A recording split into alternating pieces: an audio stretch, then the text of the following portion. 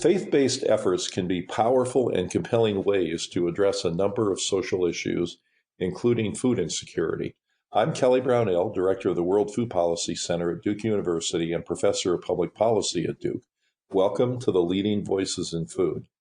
Jeremy Everett is the founder and executive director of the Texas Hunger Initiative, a capacity-building anti-hunger project within Baylor University, and is a senior fellow with World Hunger Relief and was appointed by the U.S. Congress to serve on the National Commission on Hunger. He has authored important pieces on food insecurity, including his book entitled I Was Hungry: Cultivating Common Ground to End an American Crisis.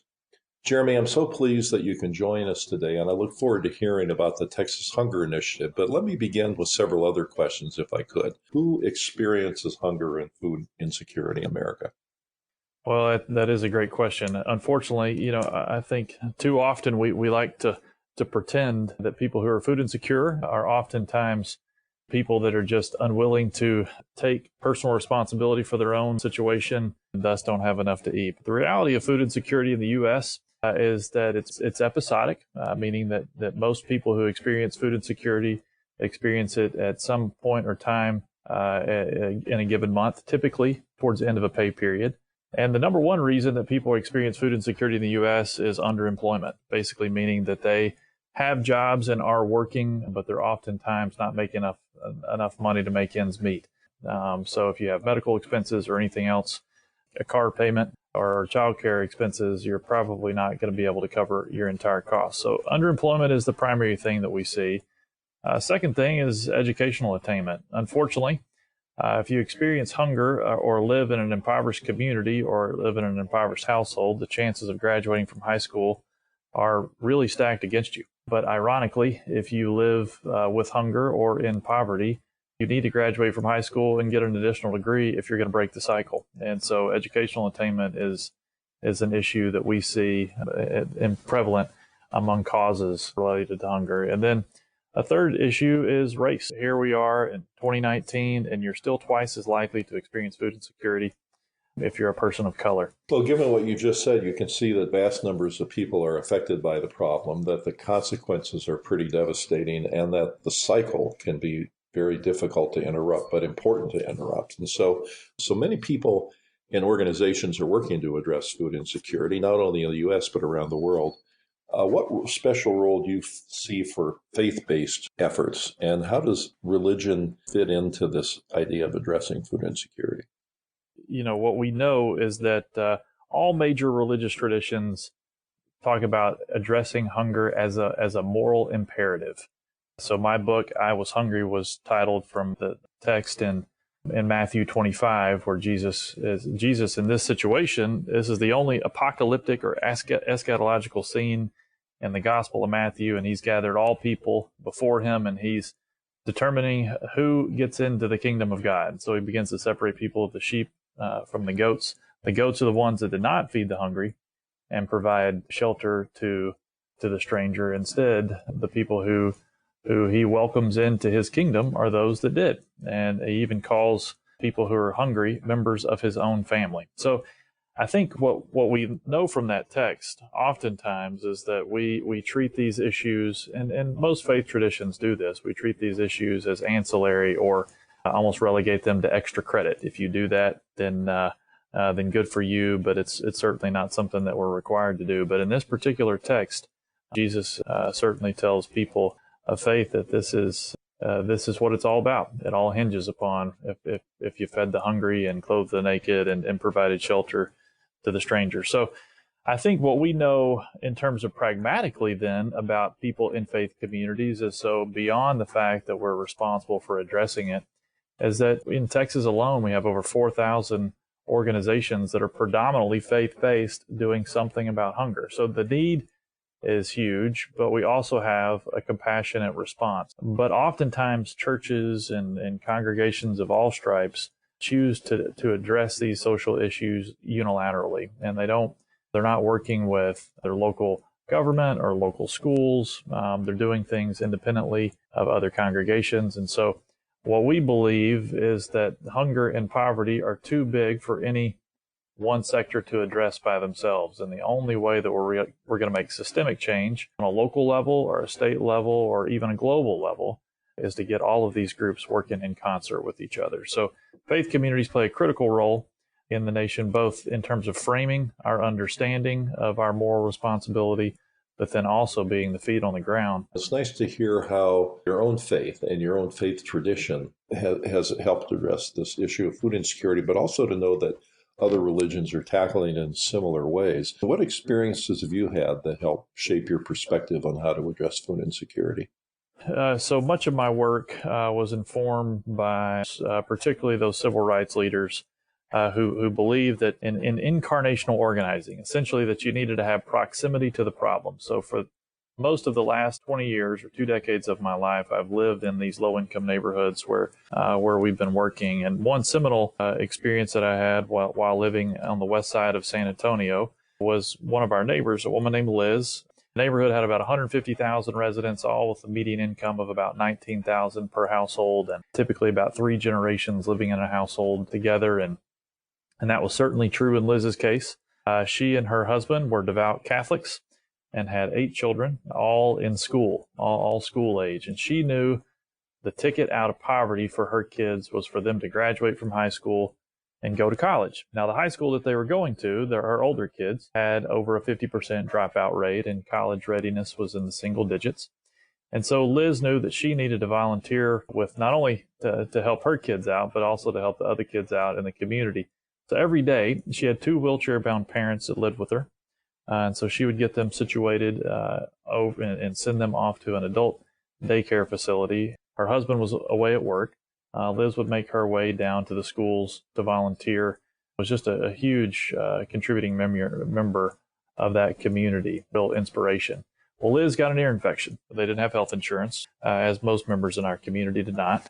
They also experienced food insecurity. Her husband's job didn't pay enough to cover all their bills, and so it wasn't uncommon for she and her family to run out of food towards the end of the month.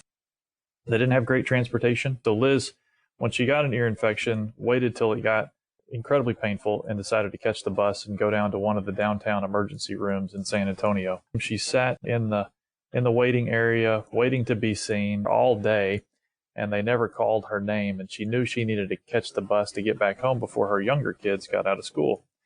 So when she did, she got back home, and later that evening, her eardrum ruptured, the infection went to her brain, she fell into a coma, and she never woke up. And I remember sitting on the front porch with her husband the next day. He was going around the block trying to raise money for a memorial service for Liz, and he just had his head buried in his hands, just saying, what am I going to do?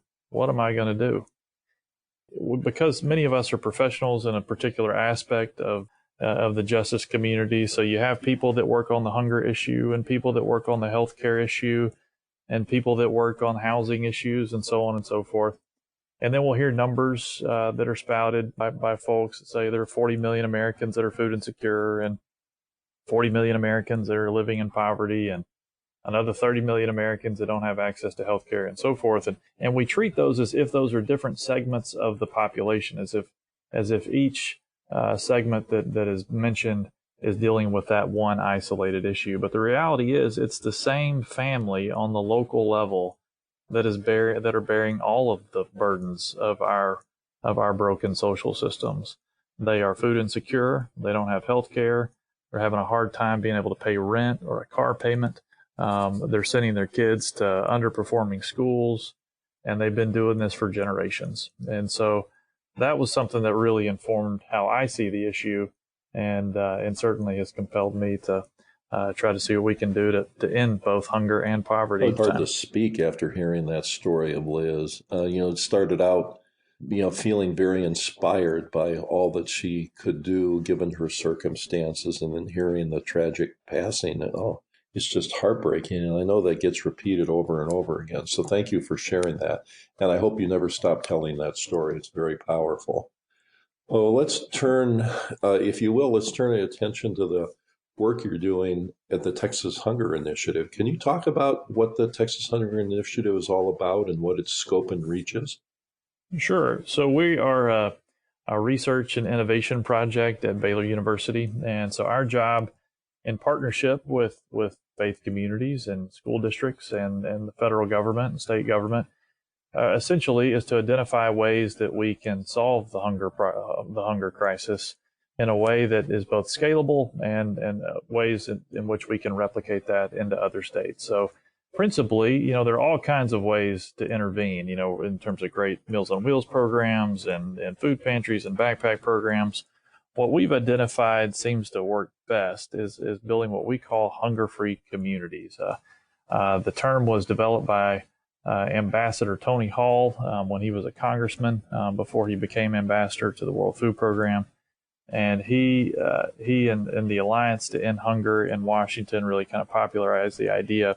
What we've done is we've built coalitions. We've built about 25 coalitions around the state of Texas that cover about 60% of our population. And the idea behind it is essentially that we need to get everybody working together so that that local government and state government and federal government and the faith community and nonprofits are all working seamlessly together through a strategic, coordinated effort to make sure that people have access to food. And so we've spent a lot of time focused on child hunger issues. And as a result, we've seen an increase because of the work of these coalitions of an increase of about 100 million additional meals served to Texas children alone, over and above what we do the previous year, every year. So we've seen that a systemic approach is possible, and we've seen that we can get both parties. We can get Republicans and Democrats to step up, as well as we joke in Texas that we can even get the Baptists and the Catholics to work together on the issue. It's a very impressive picture as well of how you're collaborating with so many other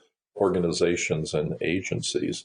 Let me ask about an issue that I know is especially interesting to you, and that's the issue of rural food distribution. Could you explain some of the work that you're doing on that? When you're driving past farmland, that you don't think about rural communities being food deserts. But the reality is that now with the way that we do farming, oftentimes, farmers are growing food. Oftentimes they're large commodity crops on thousands of acres. And so even though you might drive past a house that's surrounded by food, which in what looks to be their backyard, they actually may not have access to food because there aren't grocery stores in their community, and so oftentimes they're relegated to buying food maybe at a local convenience store. So food insecurity is actually really high in rural areas, especially as jobs have migrated towards urban centers. So what we've done this past summer is that we identified communities in East and West Texas didn't have a summer meals site or a summer meals program for kids when they got out of school. As you can imagine, food insecurity spikes among households with children during the summer months because kids who were previously getting food in the school lunch program are no longer getting food during the summer. And it's not like families get a raise during the summer, so they've got less money oftentimes to go further when it comes to food. So what we did is we decided to partner with USDA at their behest to try to figure out what's an innovative way that we can get food to kids. And so we created this Meals to You program where we literally shipped a box of food to about 4,000 kids in rural Texas for 10 weeks. It ended up being a little over 32,000 boxes, which represented about 400,000 meals and snacks to kids this summer. And it was great. We had a big event in one of our small East Texas towns just this past week to hear directly from the community to see if it was something that was helpful. And we had a woman who broke down. She's a school teacher, a special ed teacher. She has 3 kids and 3 foster kids. And she said, my bills skyrocket during the summer trying to feed all these kids. And she said it was just a huge help. She said her kids were able to have adequate access to food all summer because of the intervention. And so what it showed is that we had the school district there on the local level. We had the Baptist church, even the police department and the mayor's office, all there to support it. The local teachers did outreach to the kids, and you had Democrats and Republicans who are represented in the room, all excited about championing getting meals to kids in some of these difficult to reach areas over the course of the summer. So it shows that there's an appetite for it, and it shows that there are some ways that we can really significantly address rural hunger. It'll be very interesting to see how that plays out in the future, but boy, does it sound like it had a positive impact. Let me ask kind of a fundamental question that I think a number of people are thinking about in this area. And that is that there are people out there who need food right here, right now, who are food insecure, and the consequences are so important that something needs to be done on an emergency basis. There are other people who are thinking about why the problem exists in the first place, of course, and poverty is a big issue with that, but also finding ways to help communities feed themselves so there's not as much food insecurity in the first place. How do you think about those two things working together, and how do you think the attention should be balanced with those two issues? Well, that's a great question. And I mean, so before working with the Texas Hunger Initiative, I was doing inner city economic development in San Antonio, and then in Waco before that. And so what you want ideally is you want people who are food insecure to be a part of the solution, not simply clients, right? So you don't just want to provide food distribution, kind of through a 21st century version of a bread line, right? You want to be able to incorporate families who are food insecure to help solve the problem of their communities. And so one way you do that is by better utilizing federal resources. Let's take the school nutrition programs. We spend a lot of time on those. Well, in most communities where we see a high percentage of low-income students, they're oftentimes serving breakfast before school. And so you typically have about 35% of the kids that are eligible for a school breakfast that will get there in time to eat breakfast before school.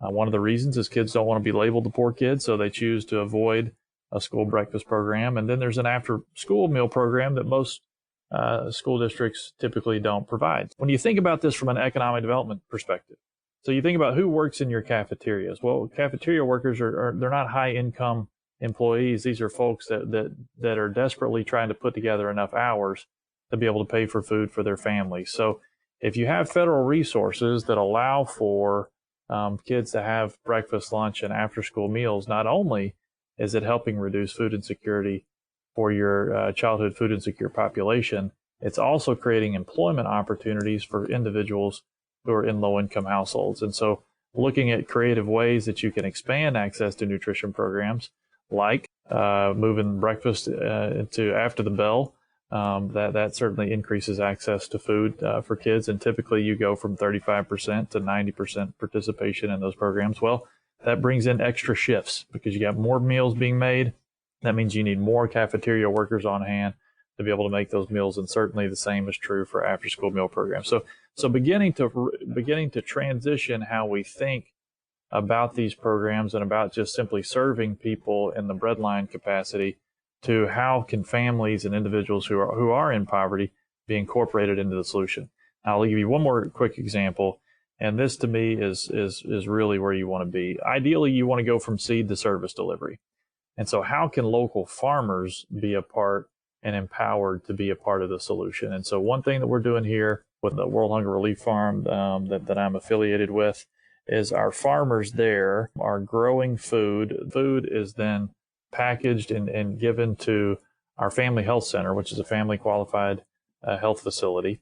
And our doctors are prescribing vegetables to individuals who are experiencing malnutrition or diet-related disease, or food insecurity, and so that they're getting the best of what's grown locally incorporated into their diet on a regular basis. And so when we're able to think about those kinds of solutions, that really, to me, connects the dots. Are there other policies that you think might be especially important in this respect? Certainly, when you think about what can we do to help strengthen our small farmers to be more a part of our food system locally. They can't grow to scale, oftentimes to be incorporated into local grocery stores. And so oftentimes their only outlets are these small farmers markets that might meet on a weekly basis and are overly dependent upon those for sale. So I think kind of restructuring how we do local food so that we're giving priority to individuals who are experiencing food insecurity in these food deserts, where we can really try to increase access to our healthiest locally grown food through these programs. And I think farm to school is a great way to do that. Just like we think farm to table at our local favorite restaurant. So that can be incentivized through policy. There are funding programs through a funding source called Finney on the federal level that could greatly be expanded, that could strengthen and build infrastructure to be able to support our local farmers. So that's certainly one thing. Another thing is changing the rules and regulations around how we do feed kids. The summer meal program is a very restrictive program. We were fortunate enough to be able to do this demonstration pilot this summer to ship food directly to kids. But in most states, you've got 10 to 15% of the kids that can actually access a summer meal site in their community. So they're not very accessible. And so they really only work for kids that are going to summer school. So there are things that we can do to limit the restrictions that are on the summer meal program.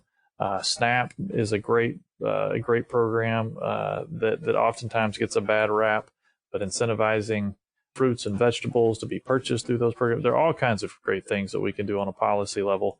But ultimately, the most important thing we've got to do on a policy level is we've got to get our elected officials working together, because the Democrats nor the Republicans can solve these issues alone. It requires both of them to get into the weeds and work on this together. I'm really delighted to hear about the programs that you're working on, your ideas for the future, and also just to see your passion on this. So thank you for all the good work you've done. And thanks so much for joining us. I'm very grateful you could be our guest. Well, thank you. And thank you for listening. If you would like to subscribe to the Leading Voices in Food podcast series, you may do so at Google Play, at Stitcher, Radio Public, or Apple Podcasts, or you can visit the website of the Duke World Food Policy Center. This is Kelly Brownell.